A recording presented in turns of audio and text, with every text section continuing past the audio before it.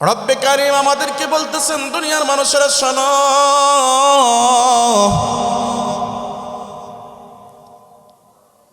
এই কোরআনের বিনিময়ে পৃথিবীতে যত বাতিল যারা এসেছিল কোরআনকে নিভিয়ে দেওয়ার জন্য, তারা সবাই শেষ হয়ে গেছে। কোরআনের মর্যাদা কত বড় মর্যাদা জানো? কোরআনের স্পর্শে যারা এসেছে, চাই সেটা কাঠের টুকরা হোক অথবা কাপড়ের টুকরা হোক, ওই টুকরাটা যখন আপনার বাড়িতে সুখে যে আলমারিতে যত জায়গায় থাকুক না কেন, লক্ষ টাকার টিভির ভিতরেও যদি থাকা হয়, তারপরও এই কাপড়টা কেউ চুমা দেয় না, বুকে নেয় না। কিন্তু রব বলতেছেন, শোনো দুনিয়ার মানুষেরা, এই কোরআনুল কারীমের সাথে পুরানো একটা কাপড় দিয়া যোগদান বানানো হয়েছে। এই যোগদানটা যখন কোরআনের স্পর্শে লেগেছে, এই কোরআনের স্পর্শে লেগে থাকার কারণে এই যোগদানের এই কাপড়টার পর্যন্ত দাম আল্লাহ বাড়িয়ে দিয়েছে। কেমন বাড়িয়েছে? এই যোগদানটা যদি আমাদের কারো সামনে পড়ে থাকে, আমরা ওই যোগদানটাকে বুকে নিয়ে চুমা দিই। কারণ হচ্ছে এই যোগদানটা কোরআনের স্পর্শে লেগে থাকার কারণে আমার আল্লাহ তাআলা এই কাপড়ের টুকটাটার সম্মান বাড়িয়ে দিয়েছেন। সুবহানাল্লাহ। শুধু তাই না, বাড়ির ভিতরে হাজার হাজার টাকার শোকেস, আলমারি, খাট কত যত্ন সহকারে বানিয়েছেন, রেখেছেন, কতবার এটাকে মুছি করেছেন, অথচ কত লাত্তি খেয়েছেন একটা দিনের জন্য। এই খাটটাকে চুমা দেয় না, সোফাটাকে আদর করে না। কোরআনের সাথে একটা কাঠের টুকরা লেগে গিয়েছে, যেটার নাম হয়েছে রেহাল। বলেন কি নাম? এই রেহালটা কোরআনের স্পর্শে থাকার কারণে আমার আল্লাহ তাআলা রেহালটারও সম্মান বাড়িয়ে দিয়েছে। কেমন বাড়িয়ে দিয়েছে? কোন সজ্ঞান মানুষ, নারী পুরুষ যদি দেখে রেহালটা কোথাও পড়ে গেছে, সাথে সাথে উঠায়া বুকে চুমা দিয়া রেহালটাকে তার গন্তব্যস্থান উঁচু জায়গায় রেখে দেয়। সুবহানাল্লাহ বলেন। আজও পর্যন্ত কত যত্ন সহকারে কত দামি দামি শোকেস, আলমারি কিনলেন, কোনোদিন তো আপনি এটাকে চুমা দিলেন না, আদর করলেন না। এজন্য বোঝা যায় দুনিয়ার মানুষেরা, শোনো শোনো, আমার আল্লাহ বলতেছে, কোরআন এমন একটা দামি কিতাব, যে দামি কিতাবটা কাগজে লেখা হলেও যদি তোমরা ছিঁড়ে ফেলে দাও, আমি অসংখ্য অসংখ্য বান্দাদের সিনায় সিনায় জীবিত কোরআন ঢুকায়া দিব। সুবহানাল্লাহ বলেন। যার প্রমাণ আজকের, কেমন প্রমাণ? আজকের এই মাদ্রাসার এই মসজিদের মাহফিলের মাকসাদ হলো, দুটা ছেলে বা থেকে শুরু করে সিন পর্যন্ত, অর্থাৎ দুইটা অক্ষর মিলে হয় বাস। বাস মানে কমপ্লিট। সুবহানাল্লাহ বলেন। এই কমপ্লিট কোরআনুল কারীম তাদের সিনায় বহন করে করে তারা মুখস্থ করে রেখেছেন। আমার আল্লাহ তাআলা তাদের সম্মানটা কত বাড়িয়ে দিয়েছেন। নবীজি সাল্লাল্লাহু আলাইহি সাল্লাম বলেছেন, খায়রুকুম মান তাআল্লামাল কুরআন ওয়া আল্লাম। এই দুনিয়ার জমিনে অসংখ্য মানুষ আছে যাদেরকে তোমরা সম্মানী ভেবে থাকো, যেমন একজন জজ, একজন ম্যাজিস্ট্রেট, একজন উকিল, একজন প্রধানমন্ত্রী। তাদেরকে এই জমিনের ভিতরে শ্রেষ্ঠত্ব ঘোষণা করা হয় নাই। একটু আওয়াজ দিয়ে বলা যাবে সুবহানাল্লাহ। শুধুমাত্র কেবলমাত্র দুই ব্যক্তিকে আল্লাহ রাসূল সাল্লাল্লাহু আলাইহি ওয়াসাল্লাম সম্মানিত জাতি বলেছেন। এক ব্যক্তি হলো যারা নিজেরা কোরআন পড়ে শিক্ষা অর্থোদক্স শিক্ষাগত যোগ্যতা নিয়ে শিক্ষক হিসাবে তারা থাকেন। আর এক শ্রেণীর মানুষ হলো যারা তাদের কাছ থেকে শিক্ষা গ্রহণ করেছেন ছাত্র। সুবহানাল্লাহ। এই দুই শ্রেণীর সম্মান কত জানো আমার নবী জানে। সুবহানাল্লাহ বলেন। আপনাদের এই বেরুয়াও এখানে স্কুল আছে, এই স্কুলের ছাত্র যখন রাস্তা দিয়ে হেঁটে যায় তাদের সম্পর্কে কোনো প্রমাণ এভাবে পাওয়া যায় না, ওটাও কিন্তু তলবে আলেম। আর এই বেরুয়ার মাদ্রাসার ছাত্ররাও হচ্ছেন তলবে আলেম। দুই তলবে আলেমের ভিতরে পার্থক্য হলো এক তলবে আলেম যখন রাস্তা দিয়ে হেঁটে যায়, ডানে বামে যদি কোনো কবর থেকে থাকে, ওই তলবে আলেমের সম্মানের খাতিরে আমার আল্লাহ তাআলা 40 দিন পর্যন্ত কবরে আযাব বন্ধ করে দেয়। আর এক তলবে আলেম হেঁটে যায়, কোনদিন কবরে আযাব বন্ধ করে না। এই জন্য ভাইয়ের আমার, যারা এই মাদ্রাসার সাথে সম্পৃক্ত রয়েছেন, এই মাদ্রাসাকে যারা ভালোবাসতেছেন, তাদের লাভ আছে না নাই? কথা বলেন, আছে না নাই? এ সম্পর্কে সামনে আলোচনা সময়ের ভিতরে আমি ছেড়ে দিব, কারণ পর্দার মেহমান আমাদের এসেছে। আমি এর মাঝে একটা ওয়াকিয়া আপনাদেরকে শোনাইয়া দিতে চাই। আল্লামা বতুতা রহমাতুল্লাহি আলাইহি, তিনি জগর বিখ্যাত একজন আলেম ছিলেন এবং দ্বীনের দায়ী ছিলেন। সুবহানাল্লাহ বলেন। আল্লামা বতুতা রহমাতুল্লাহি আলাইহি এই দ্বীনের দায়ী, দ্বীনের দাওয়াত দেওয়ার জন্য, ইসলামকে প্রচারের জন্য মালদ্বীপ শহরে গিয়েছেন। মালদ্বীপ শহরে গিয়ে যখন ইসলামের দাওয়াত দিবেন তার নিয়ত সহি করে যখন গিয়েছেন, মালদ্বীপ শহরের কোনায় কোনায় আজানের আওয়াজ বেশি আসতেছে। একটু আওয়াজ দিয়ে বলা যাবে কি সুবহানাল্লাহ? কালিমার পতাকা উঠতেছে, মিনার থেকে আজানের আওয়াজ। আল্লামা বতুতা রহমাতুল্লাহি আলাইহি, তার দিলের ভিতরে কৌতূহল জাগলো, কেমন করে এই মালদ্বীপ শহরের ভিতরে কালিমার দাওয়াত এসেছেন। তিনি একটু জানার জন্য মালদ্বীপ শহরের লোকদের কাছে কথা বলতেছেন। সুবহানাল্লাহ বলবেন না? শহরের লোকদের সাথে কথা বলতেছেন। জানতে চাইলেন, ও মালদ্বীপবাসী, তোমাদের কাছে কে ইসলামের দাওয়াত নিয়ে এসেছেন? যেমন আমাদের এই পাক ভারত, পাকিস্তান, বাংলাদেশ, এই দেশে কোনো সাহাবী আসে নাই, কোনো নবী আসে নাই। এই দেশে আমরা আজকের মুসলমান দাবি করতেছি, দিন পেয়েছি, এটা শুধু একমাত্র আউলিয়ায়ে কেরামদের কারণে। ঠিক কিনা? কথা বলেন ঠিক কিনা? যাদেরকে ওলি বলা হয়, এই আউলিয়ায়ে কেরামদের কারণে আমরা আজকের কালিমা পেয়েছি, আমরা মুসলমান বলতে পারি। ঠিক মালদ্বীপের ভিতরে এই কালিমার দাওয়াতের যখন প্রচার প্রসার ছড়াচ্ছেন, আল্লামা বতুতা রহমাতুল্লাহি আলাইহি তাদের কাছে যখন জানতে চাইলেন, আল্লামা বতুতাকে মালদ্বীপবাসীরা শোনাইতেছেন। আপনারা শুনবেন কিনা বলেন? কথা বলেন, শুনবেন কিনা? আল্লামা বতুতাকে শোনাইতেছে, ও পথিক বতুতা, শোনো শোনো, আমাদের এই দেশের ভিতরে কোনো নবী আসে নাই, কোনো সাহাবী আসে নাই। এই দেশে ইসলাম আমরা পেয়েছি একটা হাফেজের কারণে। সুবহানাল্লাহ। আর একটু আওয়াজ দিয়ে কন্যা সুবহানাল্লাহ। কার কারণে ভাই? হাফেজের কারণে। হাফেজটার নাম হয়েছে হাফেজ আবুল বারাকা। মনে রাখবেন পয়েন্টের কথা। এই হাফেজ আবুল বারাকার বাড়ি হলো আরব দেশে।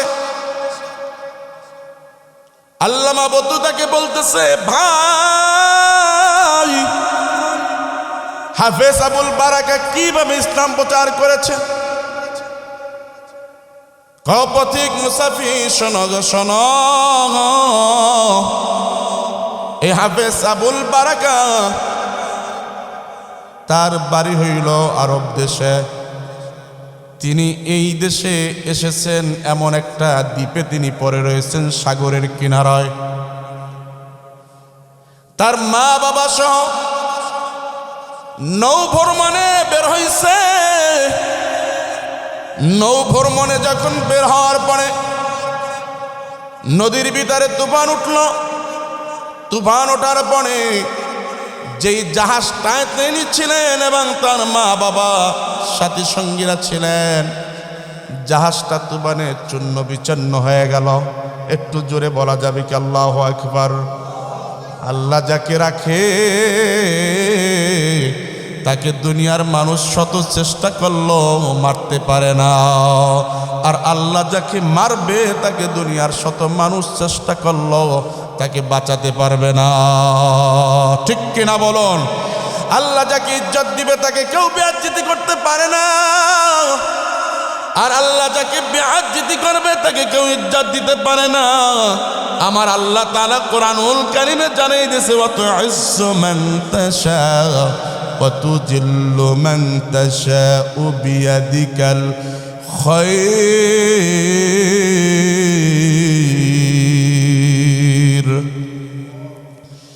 আল্লাহ বলতেছেন, আমি যাকে ইজ্জত দিব তাকে কেউ বেইজ্জতি করতে পারবে না, আর আমি যাকে বেইজ্জতি করাবো তাকে শত মানুষ চেষ্টা করো ইজ্জত দিতে পারবে না।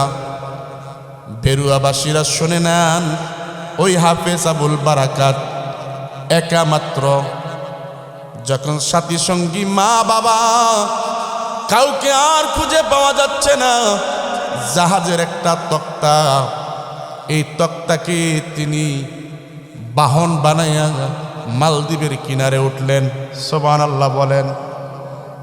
মালদ্বীপের কিনারে যখন উঠলেন, ওঠার পরে অচেনা জায়গা, ভাষার পরিবর্তন, কিছু আংশিক বুঝে কিছু বুঝে না।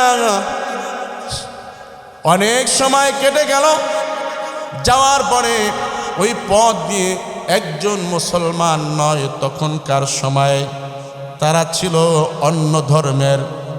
অন্য ধর্মের কাফের। তাদের অভ্যাস ছিল সূর্য পূজারী, চন্দ্র পূজারী। আর ওই সময়কার কথা, সেই মালদ্বীপের একটা রীতিনীতি ছিল। ওই মালদ্বীপের ভিতরে একটা গির্জা ছিল সাগরের কিনারে। ওই সাগরের গির্জার কিনারে তারা রাতের গভীরে একটা, অর্থাৎ সূর্য অস্ত যাওয়ার পরে একটা যুবতী কন্যাকে রেখে আসত, আর ওই যুবতী কন্যাকে জীবিত রাখা হতো। সকালবেলা জীবিত নয়, তারা মৃত্যু সেখান থেকে নিয়ে আসতো। একটু নাউজুবিল্লাহ বলেন, নাউজুবিল্লাহ। কারণ কি, সেই জায়গা, সেই সময় ওই দেশের ভিতরে একটা দানব ছিল, দেও। ওই দাও ওই এলাকাটাকে এইভাবে রীতিনীতি বানাই নিয়েছেন। আর যদি এই নীতিতে তারা না দিতেন, তাহলে তাদের এলাকা তছনছ করে দিতেন, ধ্বংস করে দিতেন। সুবহানাল্লাহ বলেন। আমার আল্লাহ তাআলা এই জন্য কোরআনুল কারীমে বলতেছে, ইন্না নাহনু নাযালনা যিকরা ওয়া ইন্না লাহু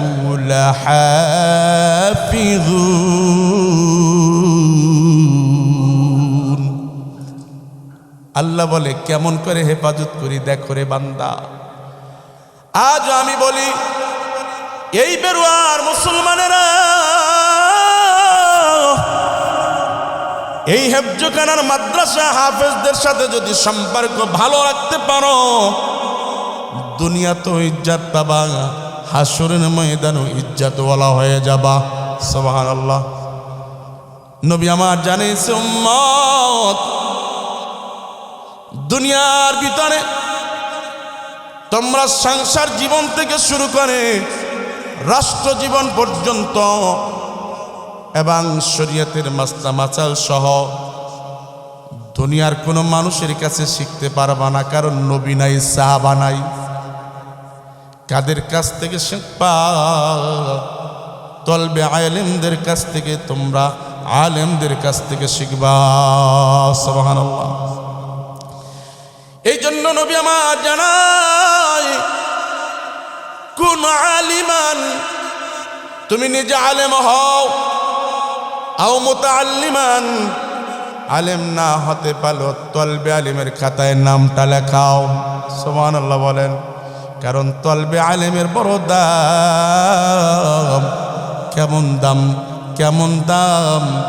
যেই তলবে আলিম রাস্তা দিয়ে হেঁটে যায়, ওই তলবে আলিমের পায়ের তলের ভিতরে, পায়ের তলার ভিতরে আমার আল্লাহ নূরের পর বিছায়া দেয়।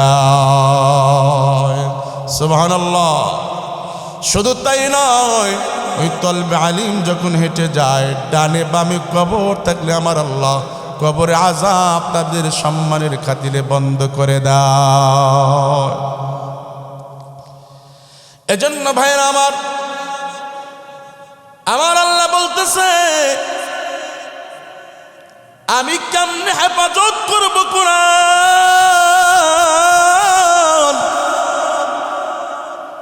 দুনিয়ার মানুষ যদি কোরআনকে ধ্বংস করার জন্য পায়তারা করে, মিটাই দিতে চায়, কাগজের টুকরা লেখা কোরআন যদি ছেড়ে ফেলে আগুনে পুড়িয়ে দেয়, তারপরও লাউকে মাহফুজের জীবন্ত কোরআনগুলি মানুষের সিনায় সিনায় ঢুকায়া দিব। সুবহানাল্লাহ। ঢুকছে কি ঢুকে নাই? আওয়াজ দিয়ে বলেন, ঢুকছে কি ঢুকে নাই? আজকে তার প্রমাণ, ঠিক কিনা বলুন? নবী আমার জানায়, তুমি নিজে আলেম হও, আলেম হতে পারো নাই, তলবে আলেম হও, তলবে আলেম হতে পারো না, আও মুস্তাবিআন, তোমার দুইটা দিক চলার। সুবহানাল্লাহ বলেন। একটা হলো তুমি মুসলমান, শারিয়া দিক, আর একটা হলো তোমার দুনিয়া দিক। এই দুনিয়া দিকের ক্ষেত্রে তুমি সংসার থেকে শুরু করে রাষ্ট্র জীবন পর্যন্ত দুনিয়ার কোনো মানুষের কাছে পরামর্শ চেও না। কারণ একমাত্র পরামর্শ অনুযায়ী যদি তোমার চলতে হয়, তাহলে আলেমদের পরামর্শে তোমার জীবনটা সাজিয়ে নাও। সুবহানাল্লাহ বলেন। 2 নম্বরে, তুমি যে পরকালীন, তুমি যে মুসলমান, এই মুসলমানিত্ব বজায় রাখার জন্য তোমার শরিয়াত যতটুকুন দরকার, মাসলা মাসাইল যতটুকুন দরকার, এগুলি এমপি মন্ত্রীর কাছে গেলে পাওয়া যাবে না। বর্তমানে তো এখন ওয়াজ নসিহতগুলো রাজনীতিতে পরিণত হয়ে গেছে। কেমন? রাজনীতি বক্তারা আইসা তারাও এবার মঞ্চ উইটা দিনের দাওয়াত দেয়, যার চেহারার দিকে তাকাইলে মনে হয় এটা মুসলমান। ঠিক কিনা? কথা বলেন, ঠিক কিনা? এ আইসা দিনের দাওয়াত দেয়। এদের সম্পর্কে কোরআন বলতেছে, লিমা তাকুলুনা মা লা তাফআলুন, তুমি ওই কথা বলিও না যেই কথা তোমার নিজের ভিতরে আমল নাই। তুমি ওই কথা অন্যকে কেন বলো? তাহলে কিরকমের হয় জানেননি? জাজর হইয়া যেমন সুইরে নিন্দায়, সুই বলবে, বেটা আরে আমার নিন্দাস আমার পুরা শরীরের ভিতরে একটা ছিদ্র, আর তুই জাজই তোর সমস্ত গায়ে ছিদ্র। ঠিক কিনা? কথা বলেন, ঠিক কিনা? মুসলমান ভাইরা আমার, আও মুস্তাবিআন, তুমি রাষ্ট্র জীবন এবং পারিবারিক জীবন, সংসার জীবন, সব জীবনে পরামর্শ নিবা কার কাছ থেকে? বলেন, কথা বলেন, কার কাছ থেকে? আলেমের কাছ থেকে পরামর্শ নিবা। আজ আলেমের পরামর্শ দিলে পরামর্শ মানে না, ডাক্তার পরামর্শ দিলে ওইটা মানুষ মানতে চায়। আলেম ওলামা কোরআন দিয়া দলিল দিল, তারপরও মানতে চায় না।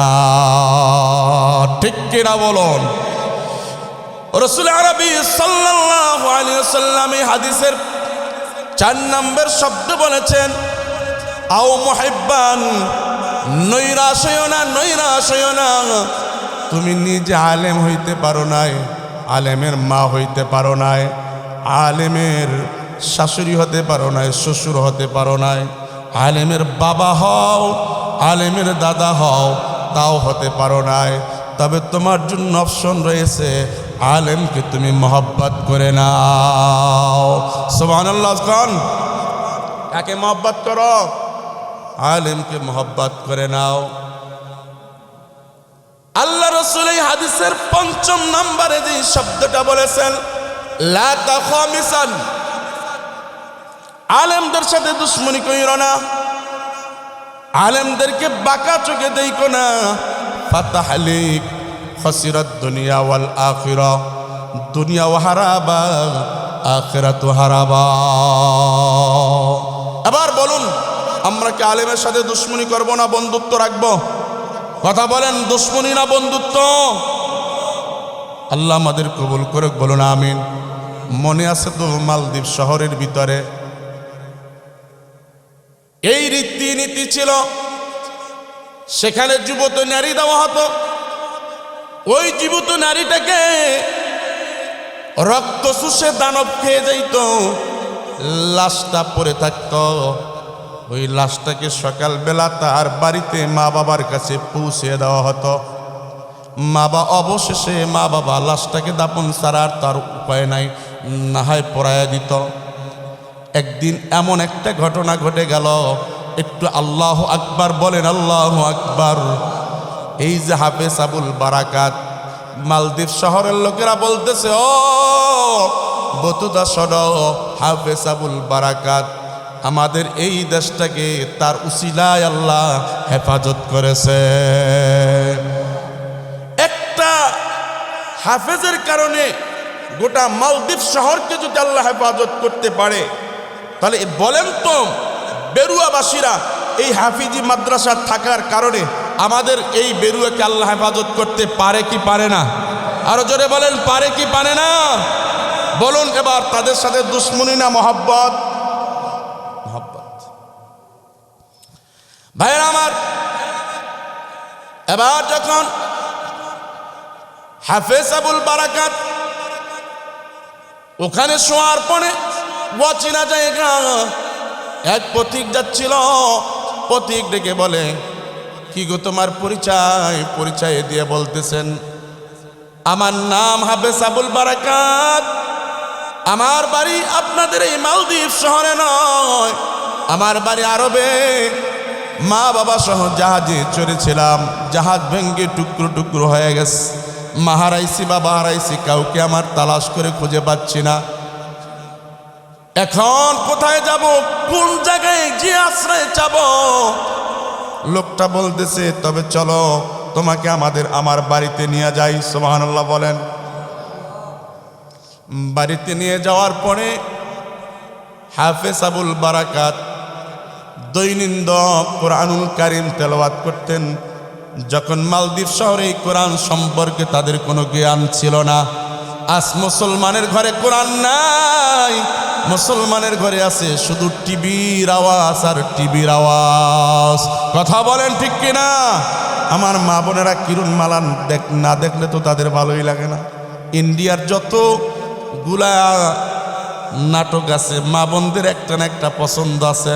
অথচ আগের যুগের মা বোনেরা এই 2026-এ আসার আগে, ধরেন 2015 অথবা 20-এও, এর আগে যদি ধরেন 2000 সালেও আমি আমার মা বোনদেরকে দেখতাম যার যার বাড়িতে, মা চাচিকে দেখতাম সকালবেলা উঠে এত কষ্ট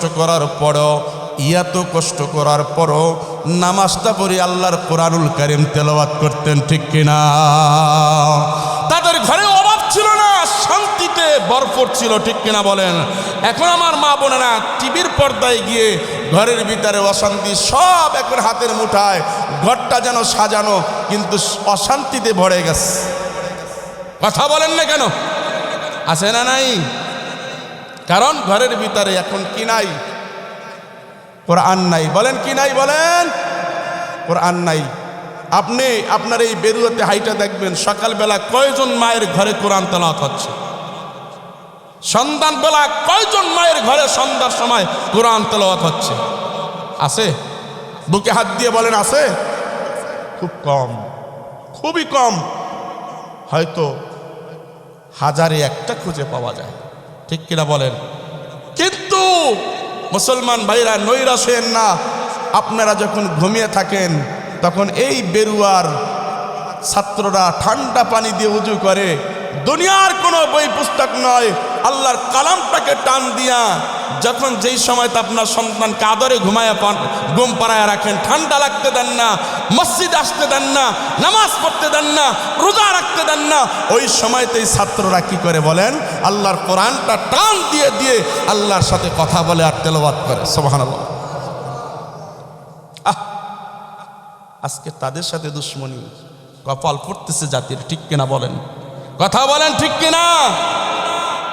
একজন সন্তানকে ব্যারিস্টার বানাইবার জন্য পাগল, লক্ষ টাকা খরচ করে, শেষে ওই ব্যারিস্টার ছেলেটা বাবার জানাজাটা পর্যন্ত ঠিকভাবে পড়তে পারে না। কপাল পড়া মুসলমান। এজন্য আমার আল্লাহ বলতেছেন, দুনিয়ার শিক্ষার্থ দিয়া মানুষকে ভালো বানানো যায় না। রব বলতেছে ভালো বানাইতে হইলে আল্লাহর কালাম দিয়া মানুষকে ভালো বানানো যায়। এই জন্য রব আল্লাহ তাআলা বলতেছেন, সর্বপ্রথম দুনিয়ার কোনো বিজ্ঞান, কোনো বই পুস্তক পড়তে বলে নাই। আল্লাহ বলতেছে ইকরা, পড়। সুবহানাল্লাহ বলেন। ইকরা, পড়। পড় কি পড়বে? কুরআনুল কারীম পড়ো। সুবহানাল্লাহ। ইকরা, তোমার রবের কিতাব পড়ো, পড়ো। সুবহানাল্লাহ। যেই রবের কিতাব পড়ার কারণে হাফেজ আবুল বারাকাতের এত সম্মান, এত সম্মান, কত সম্মান, কত ইজ্জত। হাফেজ আবুল বারাকাত এসে দেখতেছেন যেই বাড়িতে তিনি আশ্রয় নিয়েছেন, মা হারাইছে, বাবা হারাইছে, এখন তাদেরকে মা বাবার সম্মান দিয়ে রাখতেছে। সুবহানাল্লাহ বলেন। ওই ঘরের ভিতরে একটা জীবিত নারীও ছিল, তাকে বোন হিসাবে বোনের স্থান দিয়ে রাখতেছে। সুবহানাল্লাহ বলেন। এ মুসলমান, গভীর মনোযোগ, আর সময় নাই। এবার যখন ওই হাফেজ আবুল বারাকাত এসে দেখতেছেন কাঠ কেটে সন্ধ্যার আগে আগে এসে দেখতেছেন যেই বাসায় আশ্রয় নিয়ে মা বাবা ডেকেছে, মাও কান্দে, বাবাও কান্দে, আর ওই যুবতী মেয়েটাও কান্না করে। সুবহানাল্লাহ বলেন। মা কান্না করে, বাবা কান্না করে। হাফেজ আবুল বারাকাত জিজ্ঞাসা করছে, মা আপনি কেন কান্না করেন? বাবা আপনি কেন কান্না করে? বোন রে তুমিও কেন কান্না করো? এবার ওই হাফেজ আবুল বারাকাতের সামনে ওই মা বাবা বলতেছে, তোমার বোনের আজকের শেষ দিন, তোমার বোনে আর বাঁচবে না। একটু জোরে বলা যাবে কি আল্লাহু আকবার? বলেন, বাঁচাবার মালিক কে? মারার মালিক কে? আল্লাহ বলতেছে, তুখরিজুল হাইয়া মিনাল মাইয়িতি ওয়া তুখরিজুল মাইয়াতা মিনাল হাই। সুবহানাল্লাহ। আমি মৃত্যুকে জিন্দা করি, জিন্দাকে মৃত্যু করি। আমি এমন রব, আমি সমস্ত ক্ষমতার মালিক। ইন্নাল্লাহা আলা কুল্লি শাইইন কাদির। সমস্ত ক্ষমতার মালিক কে? হাফেজ আবুল বারাকাত বললে, মা কেমনে বুঝলেন আপনি মারা যাবে আপনার মেয়ে? বাবা কেমনে বুঝলেন আপনি মারা যাবে আপনার মেয়ে? আপনার কাছে কি কোনো চিঠি আজরাইল নিয়ে আসছে নাকি? না না না, চিঠি নিয়ে আসে না। তাকিয়ে দেখো, ওই সিপাহ সালারা এসেছে তোমার বোনকে নেওয়ার জন্য। আল্লাহু আকবার বলবেন। কাকে নেওয়ার জন্য? ঘরের ভিতরে যে যুবতী মেয়েটা, তাকে নেওয়ার জন্য। কেন? ওই এলাকার ভিতরে প্রত্যেক মাসে একটা করে যুবতী নারী সেই মালদ্বীপ গির্জার ভিতরে রেখে দেওয়া হতো। এবং এলাকার যত নারী যুবক আছে যুবতী আছে তাদের নামগুলা রাজদরবারে লিস্টি থাকত এবং লিস্টি থাকার পরে ওই রাজদরবারে লটারি করতো। লটারিতে যার নামটা উঠে ওই মেয়েটাকে নিয়ে তারা সেখানে রাখবে। একটু নাউজুবিল্লাহ, আর জোরে কন্যা। এবারও এই কি হইল, লটারি ধরল, লটারিতে ওই মেয়েটার নাম উঠল। হাফেজ আবুল বারাকাত বললেন, বাবা এরা তো দেখতেছি সরকারি লোক, পুলিশ, আপনার মেয়ে কোনো অন্যায় করেছে, তাকে কি গুল্লি করা হবে? কয়ে না না, আমাদের এই দেশের ভিতরে একটা গির্জা আছে সাগরের কিনারে, ওই গির্জার ভিতরে সন্ধ্যা অস্ত যাওয়ার আগে সেখানে এই রকমের যুবতী মেয়েদেরকে রেখে দেওয়া হয়। এরপরে সকালবেলা ওই যুবতী মেয়েটার জিন্দা সেনা মৃত্যু হয়ে আসে, অর্থাৎ তার থেকে যে রক্ত চুষে চুষে ওই দানব খেয়ে ফেলে যায়। এবার হাফেজ আবুল বারাকাত, মজার ব্যাপার মুসলমান, মজার ব্যাপার, মাও কান্না করে, বাবাও কান্না করে, বোনও কান্না করে, বলতেছে মা কান্নার দরকার নাই, বোনের পরিবর্তে আমি যাব। আল্লাহু আকবার। কি বলে? বোনের পরিবর্তে আমি যাব। ডেকে ডেকে বলতেছে, বাবা তুমি তো ছেলে মানুষ, তুমি কেমনে যাবা? বোনের জামাটা আমার গায়ে পরায়া দেন। আল্লাহু আকবার। বোনের জামাটা আমার গায়ে পরায়া দেন। তখন হাফেজ আবুল বারাকাতের কোনো দাড়ি ওঠে নাই। সুবহানাল্লাহ বলতেন না? যেমন আপনাদের এই মাদ্রাসার দুইটা ছাত্র, ওদেরও তো দাড়ি ওঠে নাই। সুবহানাল্লাহ বলেন। ওদেরকে পাগড়ি দেবে আমাদের প্রধান বক্তা, আর আপনারা এই আয়োজন করেছেন। হাফেজ আবুল বারাকাত বলতেছে, বাবা কান্না কইরেন না, আমি যাব। কারণ হাফেজ আবুল বারাকাতের দিলের ভিতরে আছে আল্লাহর কোরআন। সুবহানাল্লাহ বল।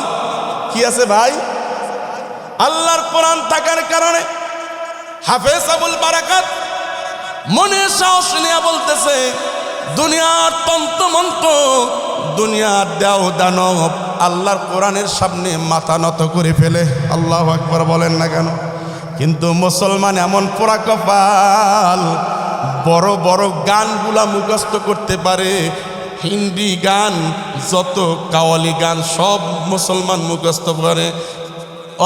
অথচ মুসলমান সূরা ফাতিহাটা ইমাম লড়াইলে বহু ইমাম লড়াইয়া দেয়, সূরা ফাতিহাটা সহি করতে পারে না। ঠিক কিনা বলুন? কত বড় পোড়া কপাল দেখছেন নি? ভাষা ইংরেজি ভাষা, বাংলাদেশের যুবকদের গান বানাইছে ইন্ডিয়ারা, এই গান মুখস্থ করে ফেলায়। কিন্তু মুসলমান বয়স হয়ে গেছে 80, 90, 100 বছর পর্যন্ত সূরা ফাতিহাটা দৈনন্দিন ইমামের পিছনে নামাজ পড়তেছে, সূরা ফাতিহাটা সহি করে বলতে পারে না। জিজ্ঞাসা করলে কয় হুজুর বয়স হয়ে গেছে গা। ওই বয়সালারই যদি কন ভাই হিন্দি গানটা দেখবেন 2 দিন পরে আইসা তাইরে নাইরে শোনাই দিছে। কথা বলেন ঠিক কিনা বলেন? ভুল বলতেছি ভাই? অবস্থাই হয়েছে। আল্লাহর কোরআন নাই। এই বেরুয়ার মা বোনদেরকে আপনারা যারা স্বামী আছেন বলবেন যে আমার ঘরে কাজ কম হয়, হোক, অসুবিধা নাই, কিন্তু সকালে এবং সন্ধ্যায় আল্লাহর কোরআন পড়তে হবে। ঠিক কিনা বলেন? পারবেন? কথা বলেন পারবেন? কেমনে পারবেন? ঘরের ভিতরে দিছেন টাচ মোবাইল। আগে ছিল তো একটা টিভি, এখন মুসলমানের পকেটে পকেটে টিভি। কথা কয় না? এই মুসলমানের পকেটে পকেটে যখন টিভি চলে আসছে, মুসলমান বেহায়া হয়ে গেছে। ভুল বলছি ভাই? হাফেজ আবুল বারাকাত কি বলতেছে, বাবা আমি যাব, মা আমি যাব।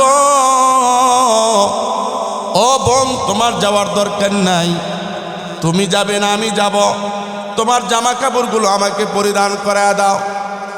হাফেজ আবুল বারাকাত বোনের জামা পরিধান করে বোনকে ঘরের ভিতরে লুকায়া, সুবহানাল্লাহ বলেন, রাজার সিপা সালার সাথে সামনে অগ্রসর হচ্ছে। সিপা সালার হাত ধরে ধরে সন্ধ্যার সময় যখন সূর্যটা অস্তমিত হয়ে গেল, ওই গির্জার ভিতরে তাকে রেখে আসা হলো। আল্লাহু আকবার বলতেন না? গির্জার ভিতরে রেখে আসা হলো। হাফেজ আবুল বারাকাত চিন্তা করলেন, আমার দিলে আছে আল্লাহর কোরআন, আমার নাই কোনো ভয়। আল্লাহর কোরআনের সামনে পৃথিবীর কোনো বাতিল শক্তি আসতে পারে না। ঠিক কিনা বলেন? কেমন করে হয়?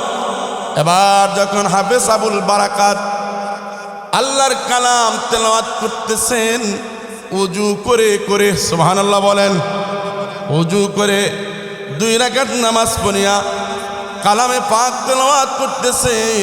বিসমিল্লাহির রহমানির রহিম, আলিফ লাম মিম, যালিকাল কিতাবু লা রাইবা ফীহি হুদাল লিল মুত্তাকিন।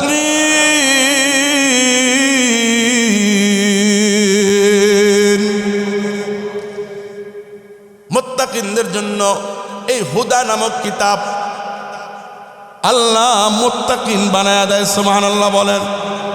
মুত্তাকিনদের জন্য এই হুদা নামক কিতাব আল্লাহ জান্নাতে পৌঁছায়া দেয়। হাফেজ আবুল বারাকাত সবাই যখন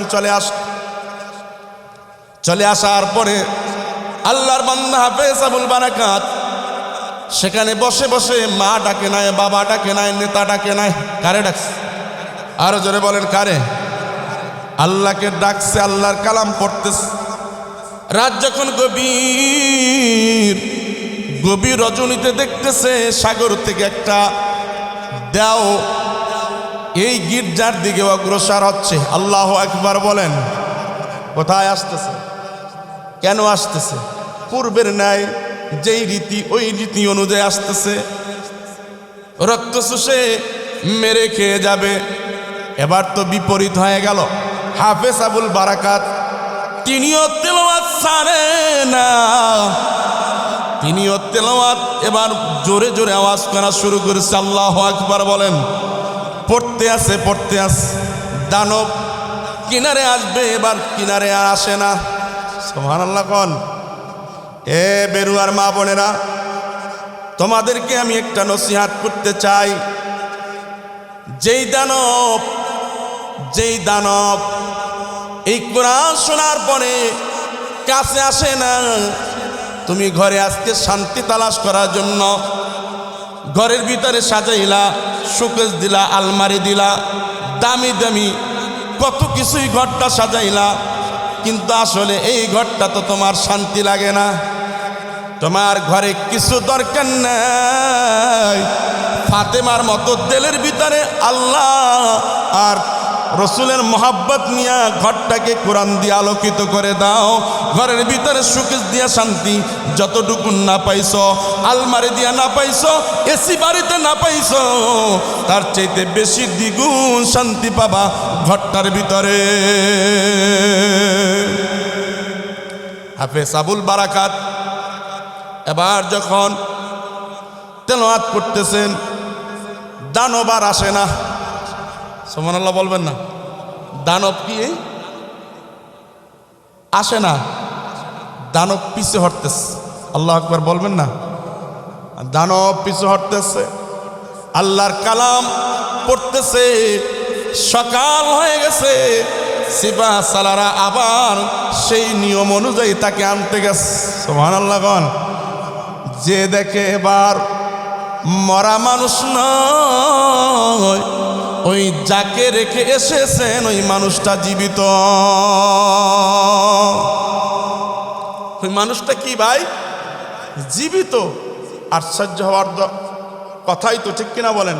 সকলে আশ্চর্য হয়ে গেল। ঘটনাটা কি? কোনোদিন তো এই জীবিত মানুষ থাকে না। এ পর্যন্ত আমরা বহুদিন, বহু বছর পর্যন্ত এই মৃত্যু মেয়েকে নিয়ে যায়, মেয়েটা জীবিত, এবার পরিচয় জানতে চাইল, বলো দেখি তোমার পরিচয় কি? ডেকে বলতেছে, মালদ্বীপবাসীরা শোনো,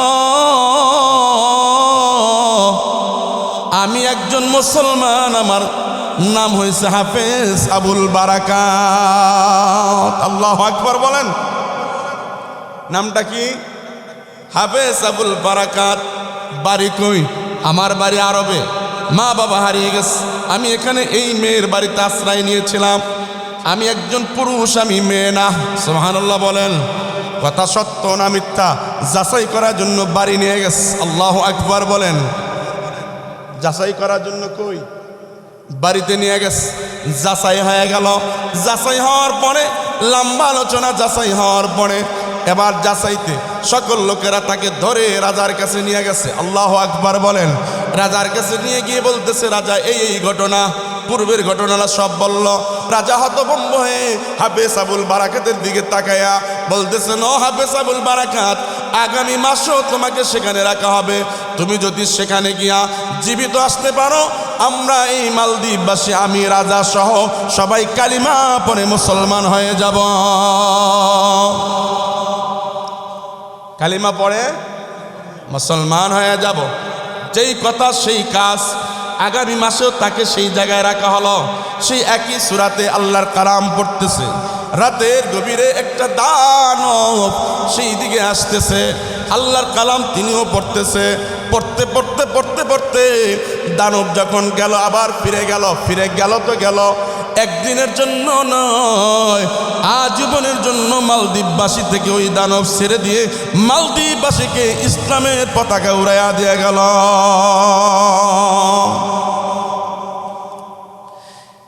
শুধু তাই নয়, মুসলমান হাফেজ আবুল বারাকাত সকালবেলা জিন্দা অবস্থায় যখন আবার বাড়িতে ফিরে আসলো, বাড়িতে ফিরে রাজদরবারে উপস্থিত সবাই দেখে এই হাফেজ আবুল বারাকাতের হাতে হাত রেখে একজন নয়, দুইজন নয়, 66,000, সুবহানাল্লাহ পরে কইেন, কত হাজার? 66,000 মুসলমান কালিমা পড়েছে। আল্লাহু আকবার বলেন। কত হাজার? 66,000। একজন হাফেজ আবুল বারাকাতের কারণে যদি মালদ্বীপের ভিতরে এরকমের ইসলামের পতাকা উঠতে পারে, তাহলে আমরা কি এইখানে এই মাদ্রাসাটা আরো জাঁকজমক হোক, চলবে ছাত্র দিয়া? আমি কি পারি না?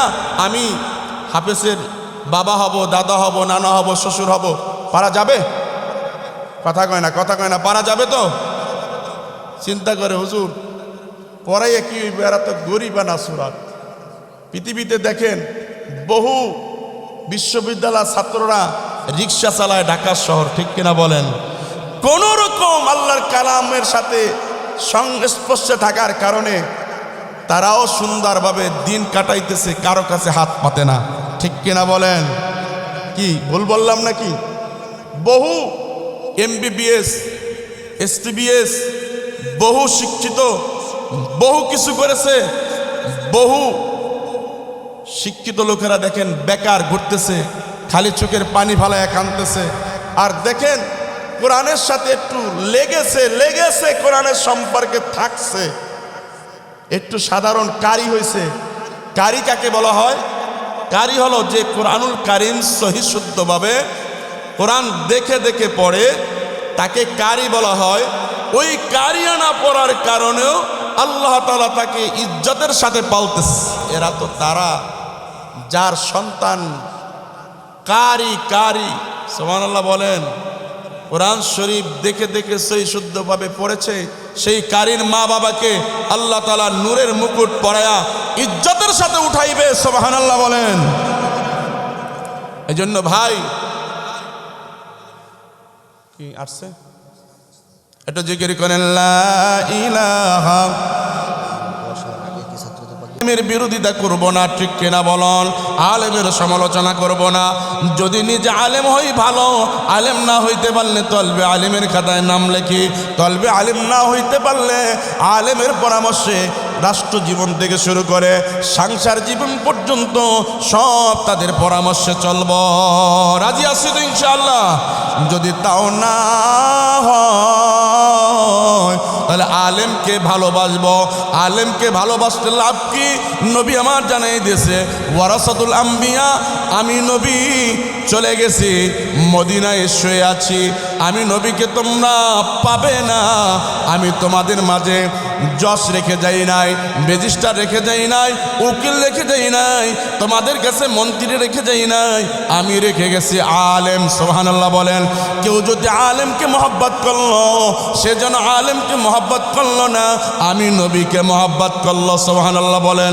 আর আমি নবীকে যে ভালোবাসলো তার স্থান কোথায় বলেন? জান্নাতে, জান্নাতে। সুবহানাল্লাহ।